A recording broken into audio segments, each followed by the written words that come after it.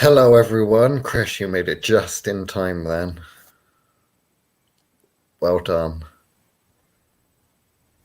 Can you hear me okay? Oh no, he's paused. Yeah, sorry. I think I had you on mute. Right, That wasn't okay. intentional, Liam. Yes, random Facebook user, so's dramatic. We is dramatic. We're very dramatic people. And at the end of the day, this has got to be a dramatic episode because this Q&A, Ask a Witch session is primarily going to focus on killing curses and why everyone's so fucking bad at them. Oh, fuck, Chris, I said the word fuck. Am I allowed to do that? I'm not sure. Yeah, we're on our show now. You can do what the fuck Oh, you yeah, like. I'm on our show, so I'm allowed to say stuff like that. Right, so how the fuck do you fucking fuck people over by fucking killing them? We're bound to get put on some sort of watch list now, aren't we?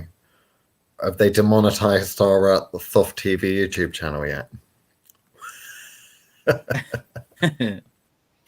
As ever, you don't For the have to stick record, to the topic. If you want to ask anything magical related, then just put in the comments and we will do our best to include that in today's Q&A session.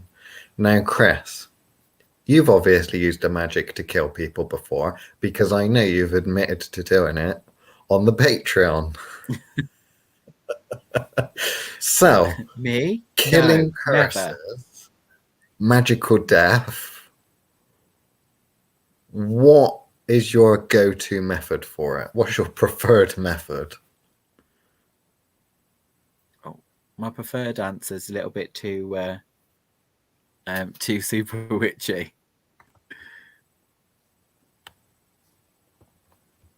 Well, Which is it's fine. ripping a hole in time and just pushing them through it. Right. And why is that your preferred method? Because I like them to not only be but to not be in existence full stop. But that's because I'm fun. I'm the nice Right. one. So in terms of obviously it being an ultimate curse for you is not just enough to smite their physical body. You're wanting to do a little bit more damage there. So you're talking about killing them at a higher level and undoing them. Is that what you're saying? Right. I like the undoing. I obviously, textile person again. I get a lot of satisfaction out of undoing knots. Right. So you know how most people will just kind of go, "Oh, it's all knotted, cut it off and start again." I quite like sitting there unpicking it all. So the last time you magically murdered someone, I think it was out of sympathy, wasn't it? I mean, I could be wrong. I don't know how often you do it, but as far as I'm aware, the last time you did it was out of sympathy. Did you go for textiles magic there? Did you do a bit of knot magic? How did you do that one? No, this is. Oh, which one are we talking about? Well, I'm presuming that you were talking Mercy about killing. assisted suicide because you admitted to Mercy that one. killing. Oh, I don't know. There's so many, Liam. I don't know which one What, I so many admitted mercy to. killings or so many killings in general? Well, aren't all deaths kind of mercy killings in some way? Was that just me? Well, compared to what we know that you can do to Sorry. them I'll be otherwise, then I would serious now. say yes, it probably is a mercy for you. So, okay, mercy killing. Best way. Okay, best way to do a mercy killing. You okay. I would put an astral dimmer switch on their life source. You know that's the equivalent Just of throttling the neck, don't you? You're doing an astral throttling of the neck. That astral body and that physical body, that little doorway between the two. He's talking about throttling it, literally magically strangling someone. He calls it a dimmer switch, right? A dimmer switch. Oh, it's like that little switch on the wall, mood lighting, that kind of thing. No, it's not like that. It's literally constricting every energetic body so that it all gets constricted, so that it just and there's nothing left. It doesn't connect to anything else. That's what you're doing. So let's call a spade, shall we? It's not fucking dimmer stretch. It's taking the energy of someone, different aspects, different parts of their soul, understanding which part you're going to target, and then throttling it slowly but surely. Some people would scalpel and cut it, but he's talking about strangling it and throttling it. Now, why is it that you choose that method, Chris? Why don't you just and be done with it? Because most killing curses I see, they tend to try and just kill them overnight, And if it's a sympathy kind of thing, surely you want them to die nicely in their sleep. You don't want them to like phase out, do you?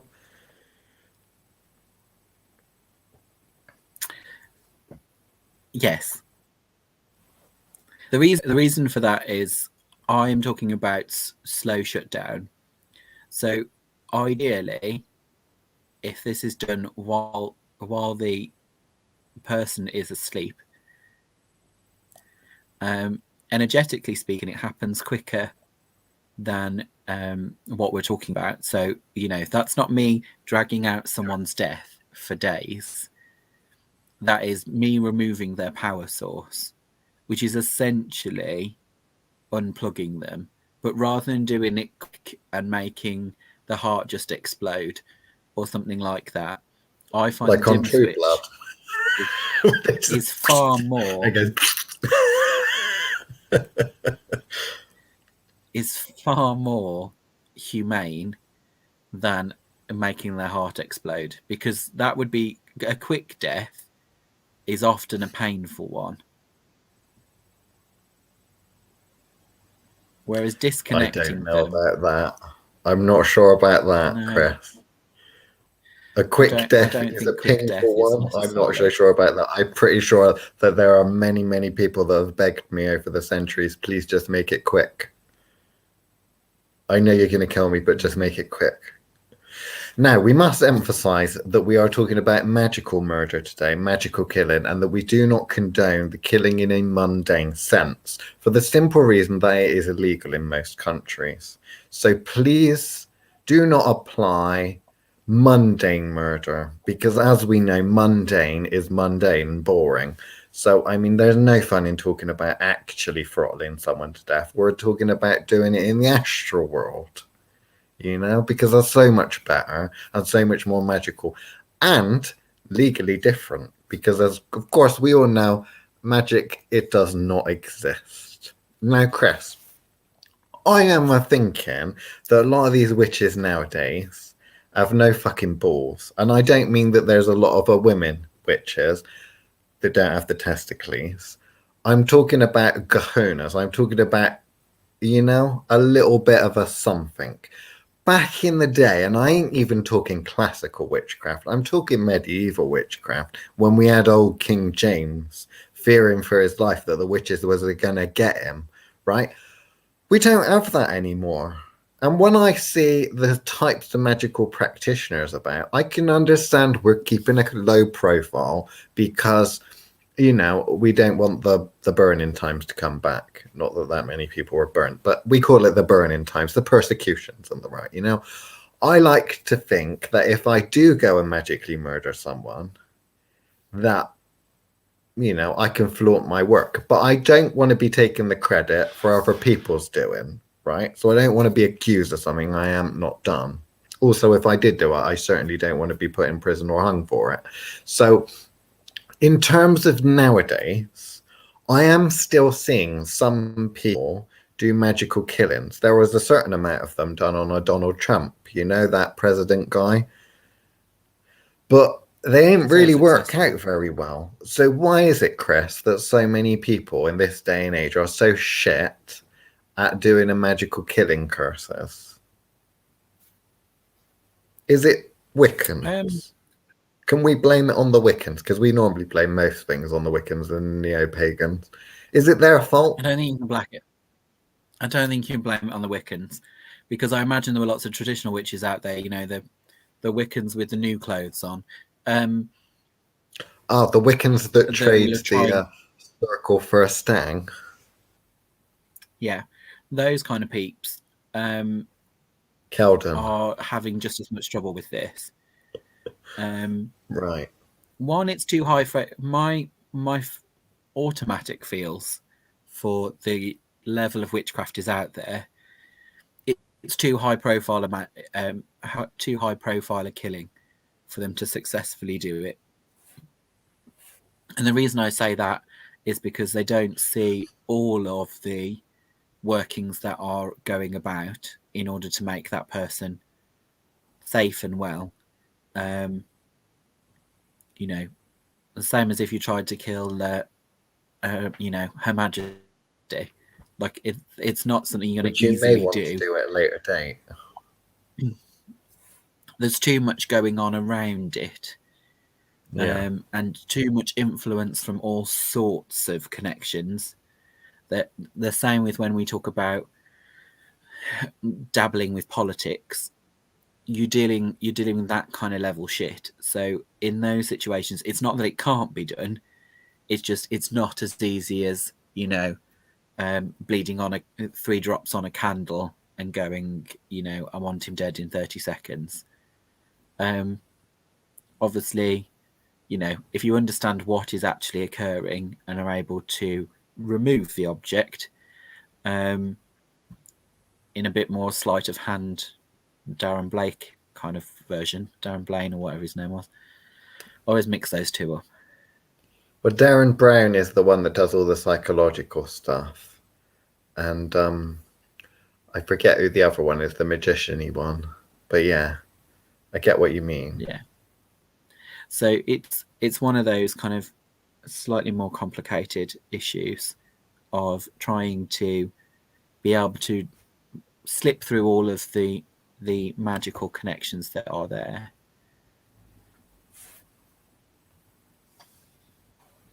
Yeah. So like you said, Chris, high profile people in general, there's a lot of things that are integrated with them. You have presidents, for example, that, you know, they are real life people and everyday people, but there's, to a certain extent, they hold an office. And is there magical protections and mundane protections? Because we know there are mundane protections that come with the office seal of the president. Office. But are there magical protections as well that most people are unaware of, potentially? Same with a head of state of any kind, you know, that sort of thing.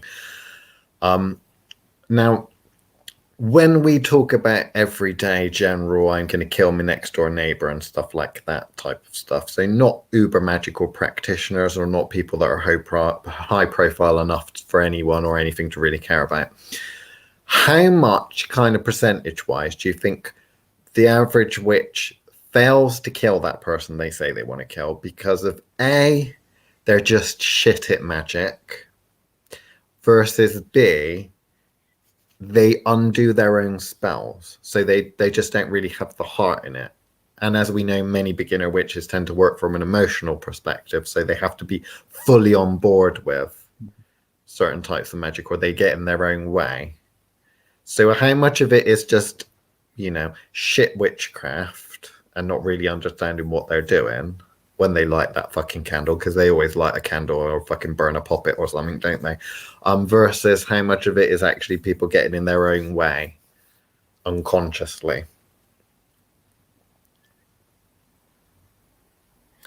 Well, if you base it on the amount of people that don't really like doing bindings, and that's not even killing them, don't like doing bindings because they think that they might accidentally kill the person by cutting them off to some vital source they need. Yeah, people with the actual desire to actually be able to do it, you know, and actually get, I think actually it's less about them being shit practitioners, which most of them are. It's down to the fact that actually they don't have the conviction to actually go through with what they're talking about. And I think Adele's just put a similar comment up there. Yeah, so Adele's How do you get out of your own way? how do you get out of your own way? So assuming that that is the problem, how would you get out of your own way? Because at the end of the day, there are dozens of magical ways, millions of magical ways to annihilate and kill someone, mundane or a witch, right? So you can pick many different ones. You could get a spirit to do it for you if you don't really want to do it yourself or don't know how to. You know, there's a lot of ways to do it. If you're tackling the average mundane person, witches have magical protections in place normally to prevent basics, or they're aware of it, you know, or they have things looking out for them. Your average mundane, no one cares. They die all the time, don't they? Let's be fair. Particularly in COVID times, no one would notice that they're a missing, right? They'd just be another statistic, right? So, assuming that you are wanting to do it yourself,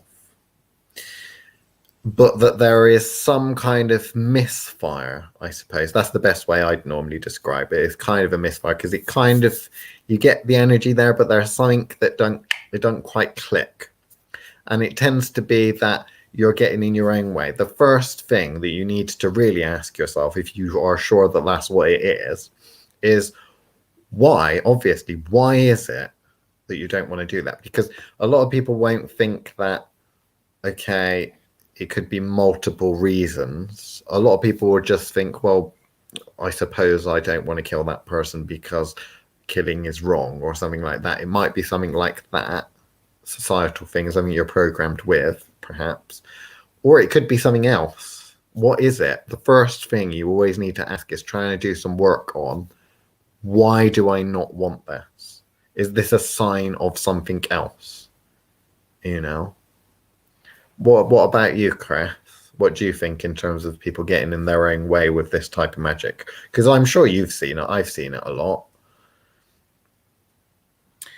A lot of it in their own way because of the ethics of it. And then, like I said, the main part is because they don't have the conviction. Like, you know, they convince themselves they want it to happen. And they're kind of like, yeah, this person totally deserves it. And then some kind of internal switch kind of says, oh, I'm not sure. Or they add a value to life, or there'll be some kind of core impact, which is where most people get in their way, is that they forget how, particularly, I know this is bad, but particularly for certain religions. So even if you've dissolved yourself from, you know, I'm not a Christian anymore, or, you know, you don't get many of these, but if I was a Buddhist, but I've now decided to be a hitman, you know, there is, The Hitman Buddhist. however well the movies are really good at showing that one, but they don't generally exist. You know, is that kind of Buddhists kill. having this? There are some Buddhists that murder is a thing. Are you sure they're Buddhists? No, it is. It's a thing. Honestly, no. Yeah, it is a thing. There are some Buddhist monks or some part of Buddhism where they do actually go and kill people and murder. This is a thing. Okay. Are you sure? Yes, I am 100% sure because this has been on the news before. And you can always believe your news channel, can't you? Was it by Fox?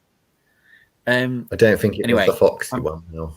I'm going to skip. I'm going to skip over that because I don't think that's actually true. But I'm going to skip over it.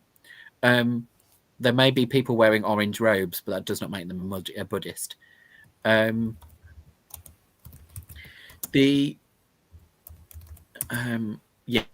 So the point I was trying to make was this kind of, when you apply that life is in some way sacred, and have just, you know, decided you align yourself with that particular, you know, modus operandi, that is very difficult to switch off, because that is a core morality. And actually, you know, just because you've changed your belief system or whatever doesn't mean that something that is morally attuned with yourself is as easy to skip over, which I think is where a lot of people get stuck.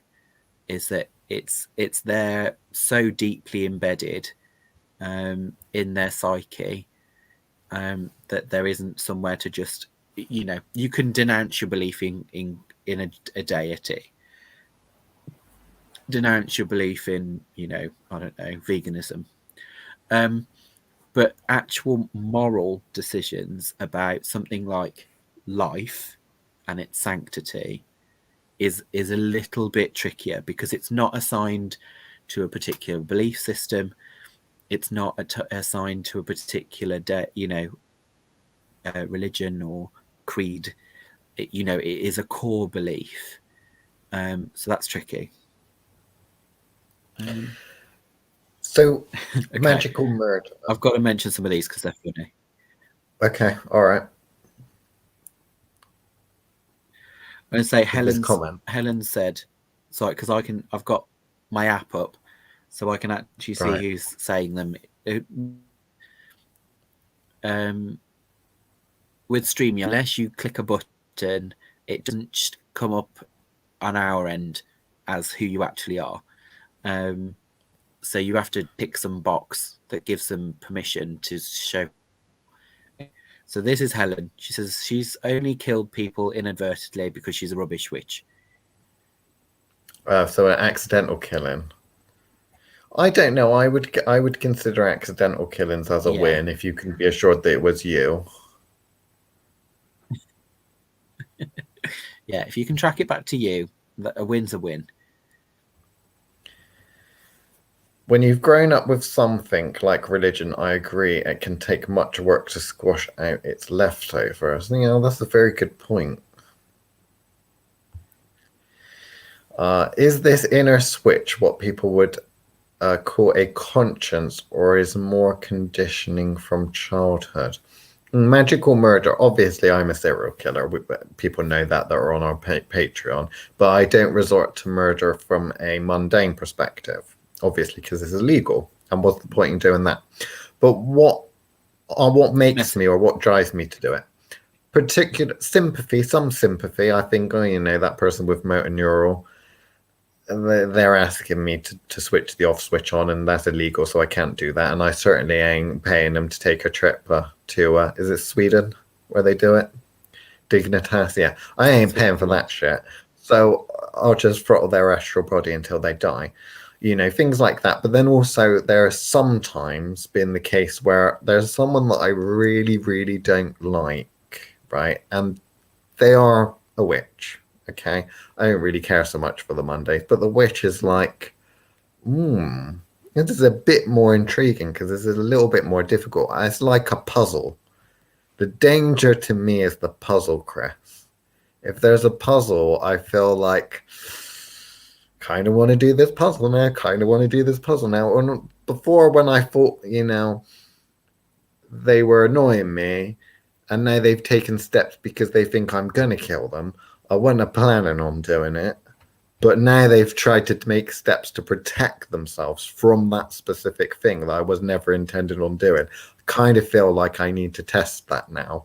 I need to test how far they're capable of going. Whereas if they didn't bother doing it in the first place, it wouldn't have happened. So is that them to blame? I think it is, isn't it? Maybe. Right.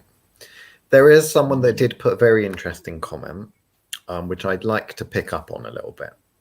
I haven't killed anyone, but I made them very physically sick and ill. Now, what a lot of people struggle with is they struggle with the ongoing magic and then the wham bam, thank you ma'am, instant kind of magic, like that explosive stuff where you put all of the energy into one thing, like it's always fucking candle magic with beginners in it. Put it all in that candle, light the sucker, and then it goes. Yeah. You've either got that right and put enough energy to make that work, or you haven't. And that is not going to manifest in what you want. Ongoing things is a bit more like, Chris, you were talking about the kind of dimmer switch, the light switch, in that the making them sick and ill is a progressive thing. So if you are doing magic, hex, or astral attack, or anything like that, that ends up making the person ill, You need to distinguish between that damage that they can repair. So is that something that is damaged and is going to be permanent, and that's just going to stay like that? And it's just going to stay like that, and they're going to be in that health for the rest of their life? Is it going to be something that's repairable? So are they going to naturally repair, which most astral attacks people tend to repair from? It just makes them ill for a little bit.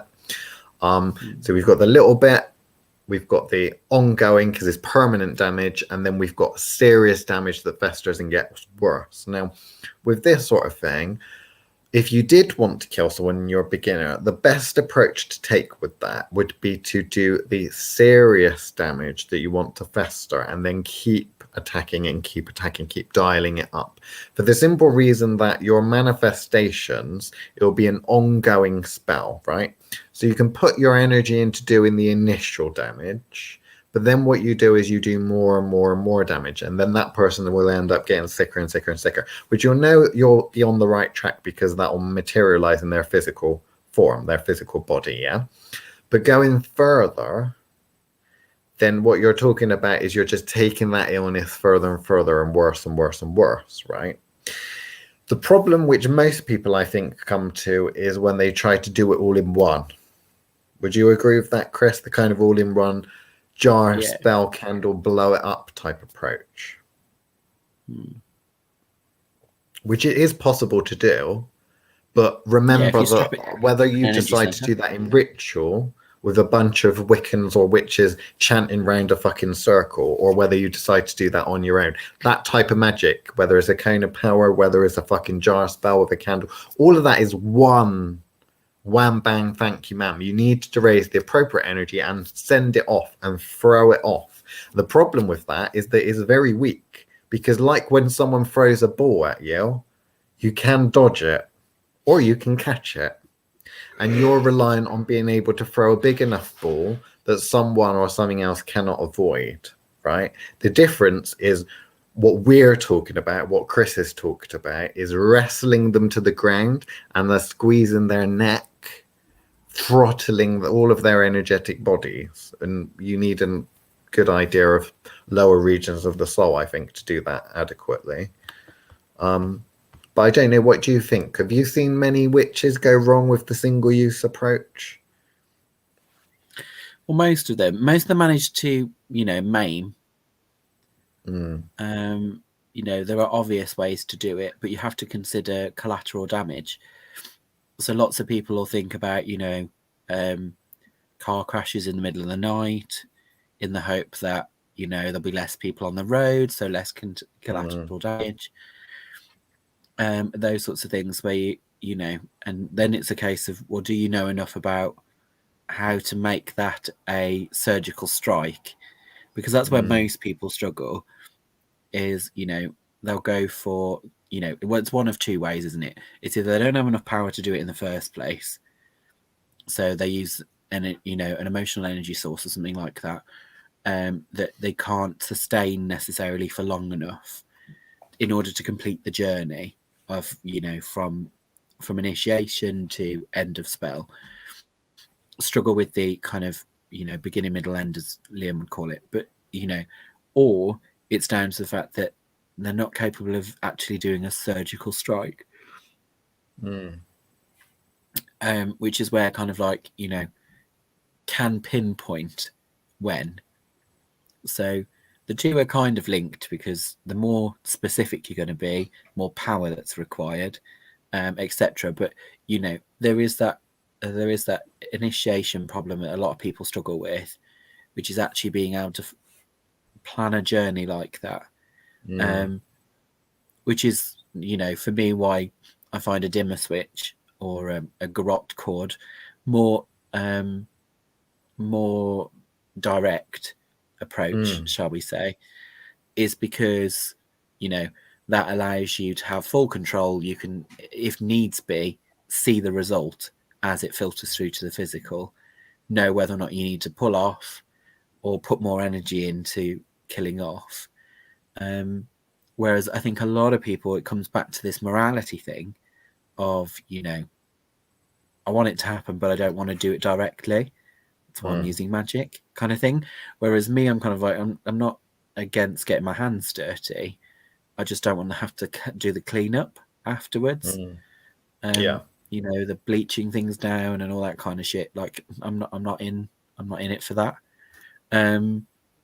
So whereas the, you know, actual going through the motions, I don't have an issue with. There is no morality issue for me, and I think part of that is people put that down to, just to kind of raise that again a little bit, is most people will think of that as, like Alex was saying, a conditioning or a, you know, somebody else's fault because you feel like that. Whereas actually it's a core point, which means when you arrived here, you'd already made that decision about how you feel about killing. Those kind of core feelings about how, you know, that core morality, you've decided before you picked the meat suit that you've gone and jumped into.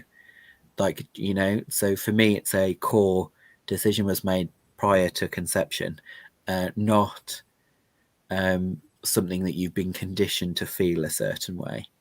That those are core capacities, things that you are capable of doing. That has happened way before you've been dulled into being turned into a soldier or really, like something like the sanctity of life is a core program happened before you got here. But that's just my personal feels about it. Okay. I've only built. So the most efficient way, the way that. Sorry, you keep crackling. Are you still there? Anyway, the most efficient way is what Chris was kind of talking about, where you go directly in, and that you have a lot of control over that, like he explained, right? So, but it does require astral ability or further, you know, past that, and able to do that. Now, the other approach you could take, which we haven't discussed yet, because if you're going around randomly killing people, you're going to be a little bit of a sicko. And, you know, if the approach that we've taken is something that you are going to do if you know that that's what you want to specifically destroy that person. You need to get rid of them and to do it very quickly. If it's someone that you really didn't like, another approach which you don't tend to see is actually more like attraction magic. Okay, so what that is I don't really care how the person reaches an end, but I'm going to steer them magically down a direction which is only really going to result in bad things. So whether is that doing attraction magic so that dangerous people are attracted to that person, okay, and if they live in a bad part of town, it's only a certain amount of time before they end up getting stabbed on the way home, right?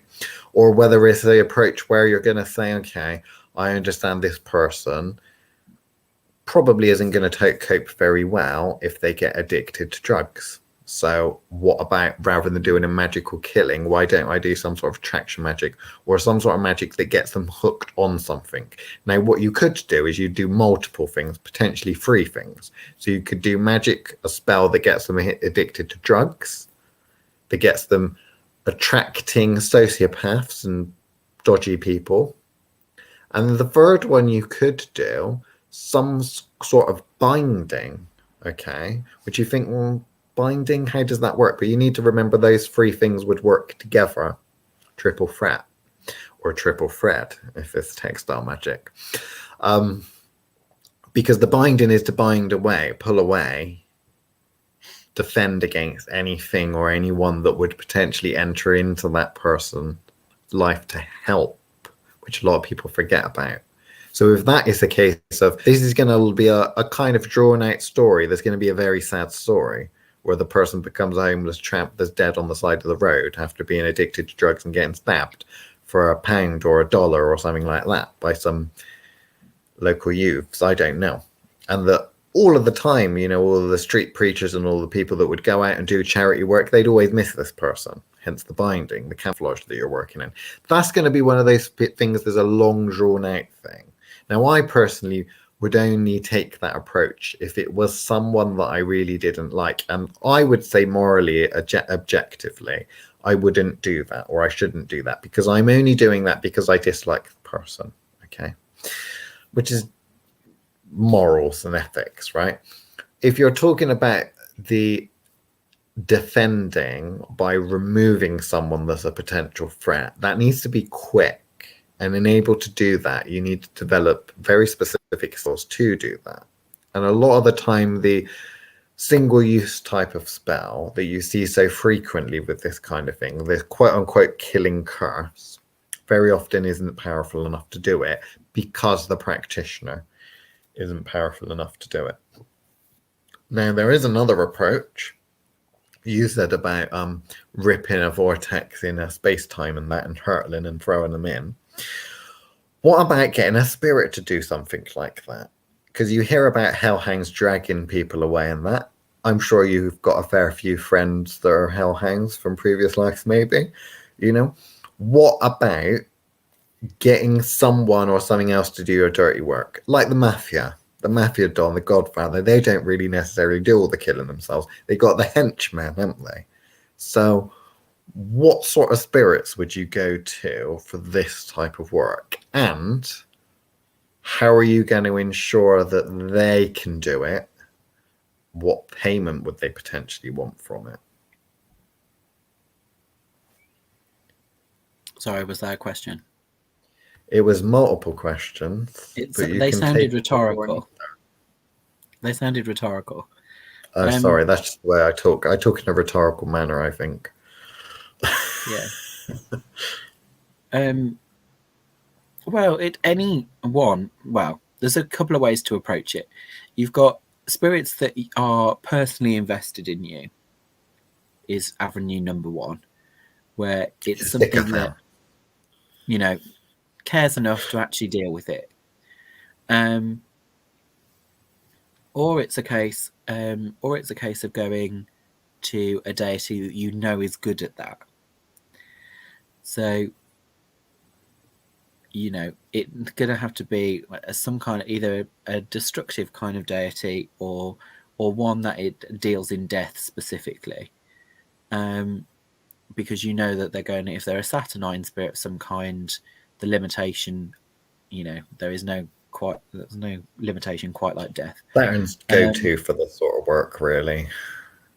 So, yeah.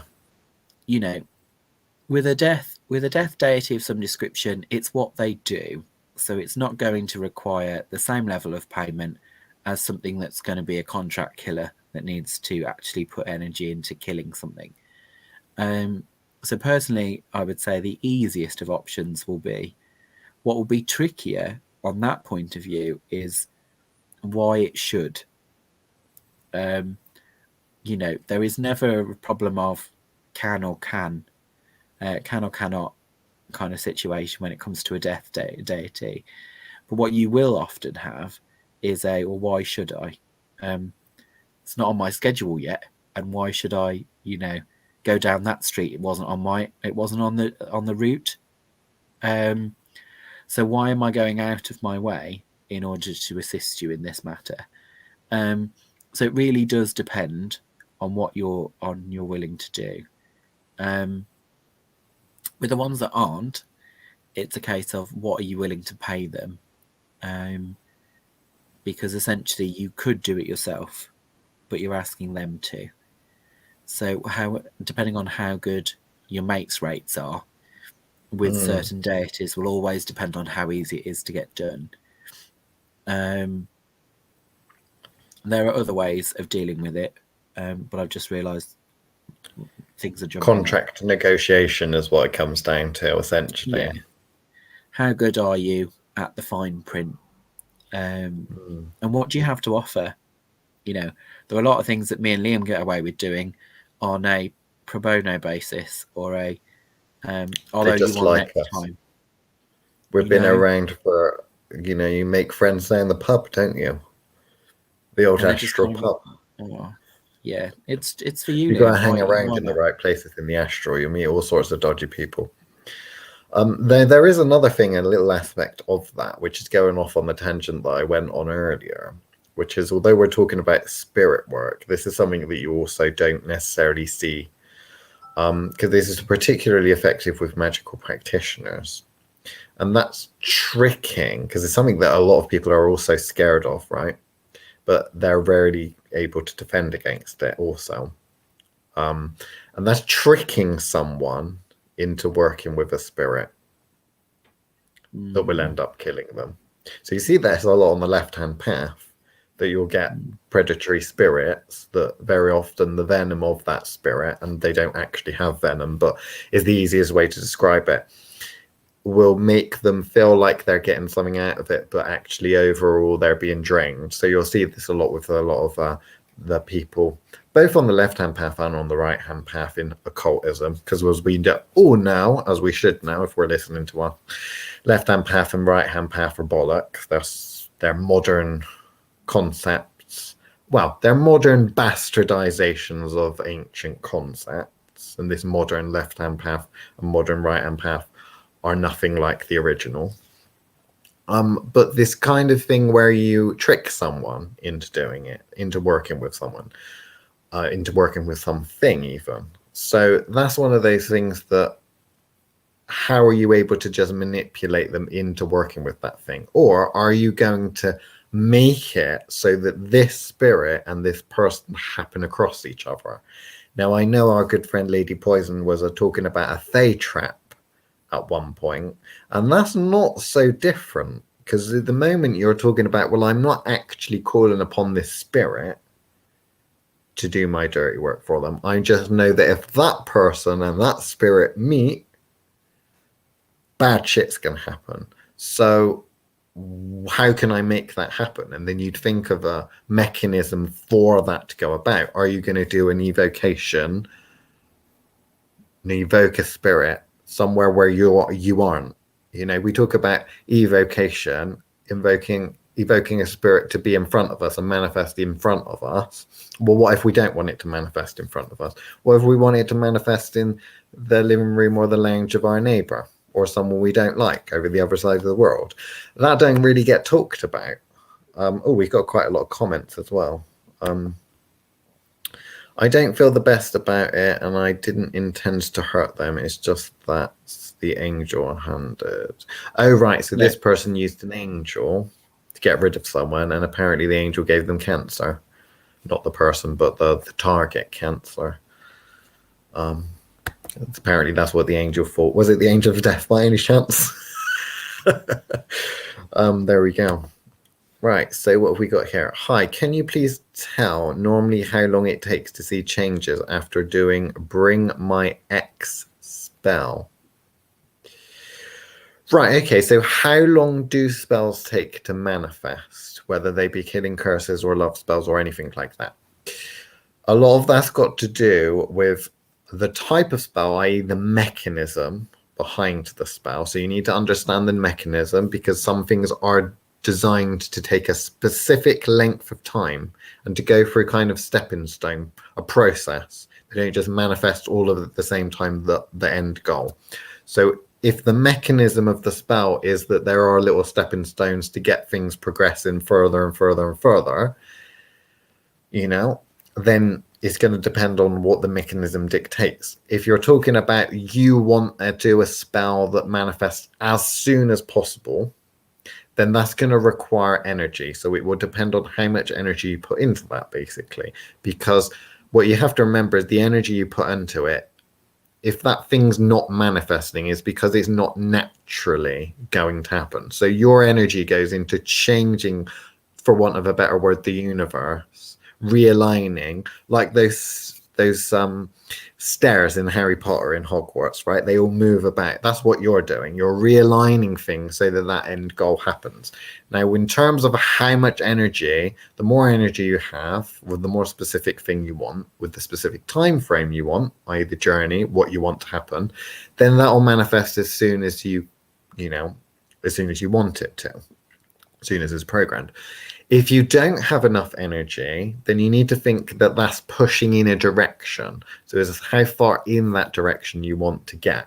So, in answer to your question, how long does it normally take? It completely varies because it will depend on what mechanism the spell is, how the spell's designed to work, and how the spell actually works, because not all spells work the same. And then also How much how much energy you energy can that manage. spell has to work. Anything else What you'd you like can to add actually to that? raise. So yeah, just that obviously, yeah, exactly what you said. Obviously, we break it down into, you know, manifestation triangle. You know, you can, depending on how you balance that equation, will depend on how quickly and how effective your spell is. So you know, making that work. The other thing I really kind of wanted to address, because they're tied into one another about spells and how quickly they're done, particularly if it's a petition based work. So are you doing the work yourself or are you getting somebody else to do it? There's a bit of a conversation going on since Alex's comment about having an angel do it. Obviously, one says, as far as they know, we aren't responsible for what gods or angels choose to do. And obviously, a follow up from that was they have their own intelligences and wills. You ask them for help, but you can't tell them exactly how they're going to do their job. What I'm going to add to that is just this is what we were talking about before about you know, contract killing. Is the fact that actually it really depends on about your relationship with that deity. We've talked about it on multiple things before, and it's on the podcast a lot, which is enforcement. When you make a contract with a deity to or a spirit to go and kill something, or to do any kind of spell, it comes down to, do you have the power to actually enforce it? So just because you made the contract doesn't mean necessarily they're going to fulfill it, unless there is, you know, an enforcement clause of some description. So they don't deliver it. You know what's going to happen to them. So either you write in a problem that is not going to suit them, or you need to actually have a backup, A some heavies. witness. It's what we call witnessing a contract. Yeah. Isn't Somebody so needs- much in the mundane sense. It's witnesses to call upon to say, oh yes, judge, I saw these two parties agree to that. What the witness in a magical contract tends to do is they're really the enforcer, but we tend to call them the witness. So the witness would agree to enforce it, basically, or witnesses, potentially. So, you know, the trickier ones are obviously if you are going to go for a death deity, there are few things that you would be necessarily aware of, particularly if you're a beginner, or even some of the intermediate practitioners, to be fair, would not necessarily know something powerful enough to enforce said contract. You are then dealing with deities or entities beyond the abyss, as it were, and therefore, do you have the power to enforce that contract with Saturn or some other deity, Saturnine deity, if they didn't complete their end of the bargain? Which is why most people go for lower down the pecking order, shall we say, and go for something that is going to finish it off, but actually get a Saturnine spirit to be the one that actually witnesses the contract and therefore will enforce it if said deity doesn't do as agreed. In terms of angels, you know my feels about that. It's not so difficult to find something that can enforce that contract.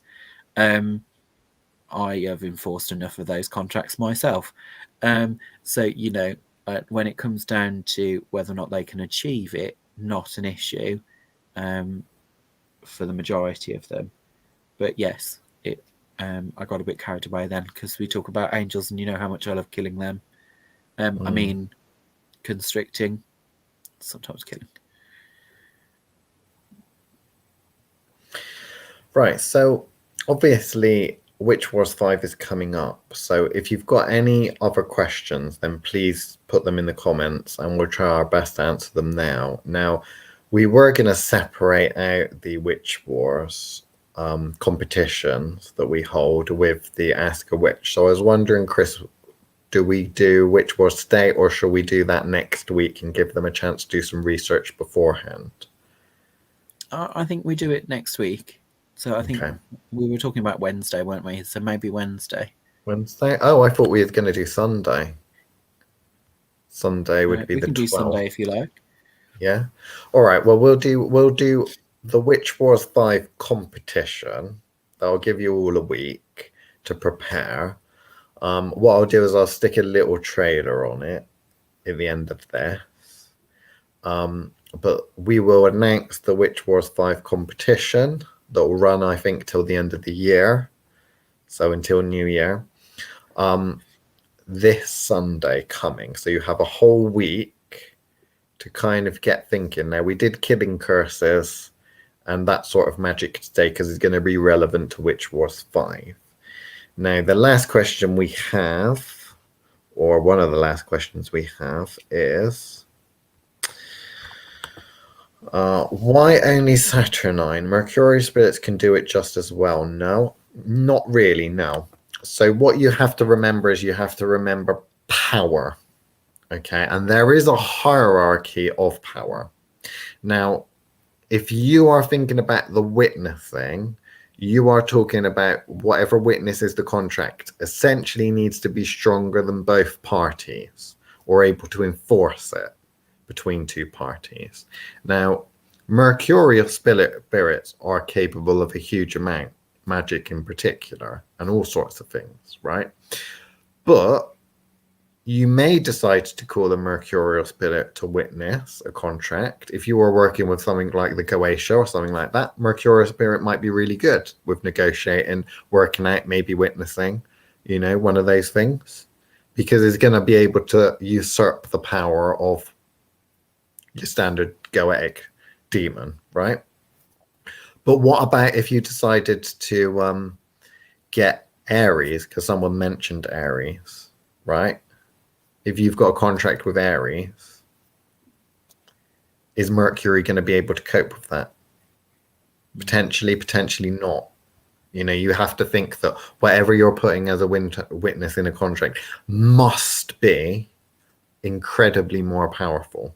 Now, the reason why we talk about Saturnian or Saturnine spirits is that Saturn is a limiter. It is the end, it is death. Okay? So a contract is a limit. Okay? Which means that you're going to the supreme being or deity or energy force that is in charge of limits, is in charge of ends. Control factor. That's what makes that a perfect place, Saturn, to find that type of witness. Okay, brilliant. You could go to something a little bit more different, but still up there. The Morai, for example. As we possibly know, you could go to the Morai for such a witness, such a contract. You get 3 witnesses there technically, although some would argue it might just be 1 with 3 faces, 3 masks, but let's say 3 spaces for them to write their little names in that, or write a little X, I don't know. But you are talking about there, you've got something with enough power because of its level, because of where it is, okay? Now you need to remember with Saturnian, its limit, it is the end, right? It can end anything, right? So if Mercury is annoying you, Saturn can end that. If Aries is strangling you, Saturn can end that. It's a reason you're clapping. Ends. I'm doing a clapping to prove a point, you know? It's emphasis, Chris. It's called emphasis. Okay. You've got to think about what it is that you're trying to do there. Okay. And then also the energies that you go to, remember, are going to be relevant to their field. So they might not want to do the thing that you're asking to. You could go to one specific spirit and say, my neighbor, I don't like my neighbor, kill my neighbor for me. And they might say no. But then you could say to them, witness a contract between me and this other thing, and they might say yes. You know, so it really depends on the energies and the spirits and stuff that you're dealing with. Have you got anything else to add, Chris? The only thing I want to add on that is obviously not all spirits are built the same. So just because it is a Saturnine spirit doesn't mean it automatically, you know, outranks. Yeah. In the sense of, you know, I'm trying to give a good example. You know, there are characters you think of Mercurial that either aren't, or just appear so. In the same way that there are, you know, death spirits whose job is to pass something over, not necessarily to kill things. Yeah. So there are different levels of, you know, and obviously dealing with Saturn has a very different effect than, say, dealing with, you know, Chiron. So, you know, be aware of there is a difference, you know, and there will be people that will argue that someone like Hecate is Saturnine, but not entirely Saturnine. Yeah. So, you know, so it is they're a blend. So, and do note that I did say they and not her. But you know, so it is a game of trumps at the end of the day. You know, it is a trump card situation. So you're needing to make the right choices. But the safest way to do it often is to have the Saturnian deity, Saturnine deity, as the enforcer. Is often the safest way round, in the sense that they will not only understand the contract, but they also understand limitation and obligation. So, you know, to them it will be, okay, well, you agreed to these limits. A contract, you know, is built and defined within limits, which is why it's such an important, you know, a really good choice when it comes down to enforcing something. That doesn't mean that the other person doesn't matter. It's just that gives you a lot more room to play with different kinds of deities in different kinds of spells. We're not just talking about the killing, but the contract killing, but a whole variety of petitions. A lot of people struggle with the fact that actually, just because you asked for it doesn't mean you're necessarily getting it. And this is why petition work is why we have it further down the list on priorities. You should be trying to find ways of doing this magic yourself and not relying on entities to do it for you. There are always going to be exceptions, and there are going to be kinds of magic where you don't want to get your hands dirty. Or you want assistance. That's fine, but do always remember. Yeah, of course. There are some things that would be easier if someone else is helping you lift them. But yeah, I mean, with any of these, like we talked about planetary systems and stuff like that, Kabbalistic tree, or that kind of grouping and hierarchy is designed in such a way to help you with these questions and to come to the reasonable balances with energy. But at the same time, they are places, they are filing systems. So like Chris said about selecting the right type of Saturnian spirit, if you're thinking of it as a group, you go to the biker bar and you select the right biker for the job, right? You go to the hospital and you select the right person from the right medical field in the hospital. You don't go to a doctor if you need a nurse. You don't go to a nurse if you need a, I don't know, hypnotherapist.